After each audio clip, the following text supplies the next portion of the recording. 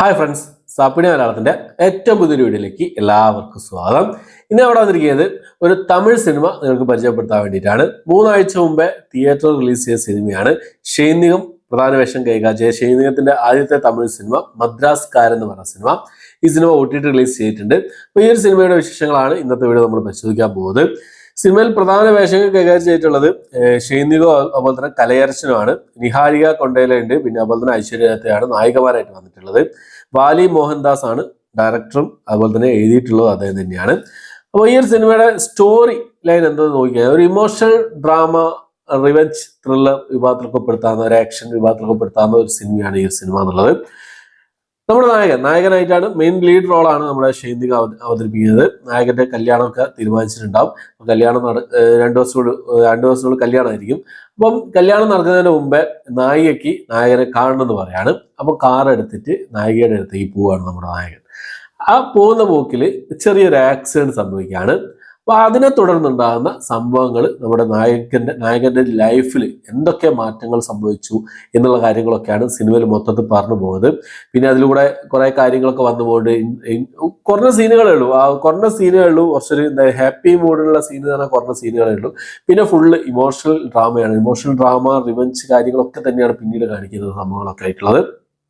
ഈ ഒരു സംഭവം എന്നുള്ളത് അവരെടുത്തു വെച്ചത് നല്ല നീറ്റായിട്ട് ഒരു ഡീസന്റ് വാച്ച് മൂവി ആയിട്ടാണ് എനിക്ക് പേഴ്സണലായിട്ട് ഈ ഒരു സിനിമ കണ്ടപ്പോൾ തോന്നിയിട്ടുള്ളത്. പിന്നെന്താ പറയാ, ഒരു ഡീസന്റ് വാച്ച് ആയിട്ടാണ് ഈ ഒരു സിനിമ എനിക്ക് തോന്നിയിട്ടുള്ളത്. കാസ്റ്റിംഗ് ഒക്കെ നന്നായിരുന്നു. ലാസ്റ്റ് വരെ നമ്മളെ ഇതിനൊരു സ്റ്റോറി എന്നുള്ളത് ലാസ്റ്റ് വരെ നമ്മളെ പിടിച്ചിരുത്താനുള്ള ആ ഒരു കൽപ്പുള്ള ഒരു സ്റ്റോറി തന്നെയായിരുന്നുള്ളതാണ്. ലാസ്റ്റിൽ ഒരു ട്വിസ്റ്റ് കാര്യങ്ങളൊക്കെ പറയുന്നുണ്ട്.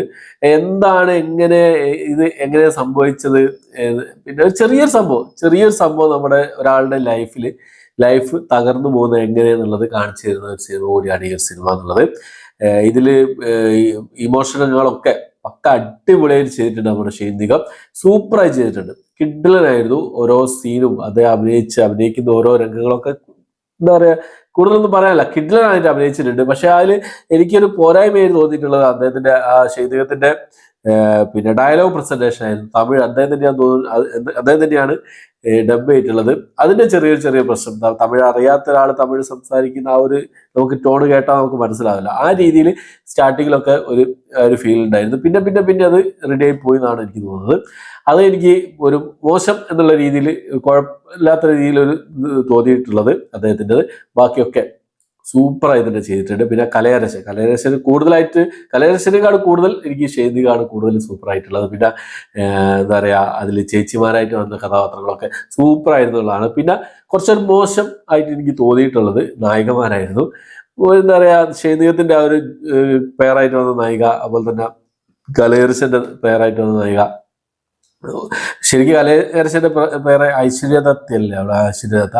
അവർക്ക് കുറച്ചുകൂടി എന്താ പറയാ, ശരിക്കും നല്ല ഇമോഷണൽ സീന് ഉണ്ട്. ക്ലൈമാക്സിലൊക്കെ കത്തിക്കയറി ശരിക്കും നമുക്ക് ആ ഒരു സാറ്റിസ്ഫാക്ഷൻ തന്നില്ല എന്നുള്ളതാണ്. ക്ലൈമാക്സിൽ ഒരു പെട്ടെന്നൊരു സംഭവങ്ങളും നല്ലപോലെ പെർഫോം ചെയ്യാനുള്ള ഒരു സംഭവമായിരുന്നു ക്ലൈമാക്സിൽ. പക്ഷെ അത് അത്ര അങ്ങോട്ട് കിട്ടിയിട്ടില്ല എന്നുള്ളതാണ്. എന്നാലും ഒരു ഡീസന്റ് വാച്ച് ആയിട്ടാണ് എനിക്ക് ഈ സിനിമ തോന്നിയിട്ടുള്ളത്.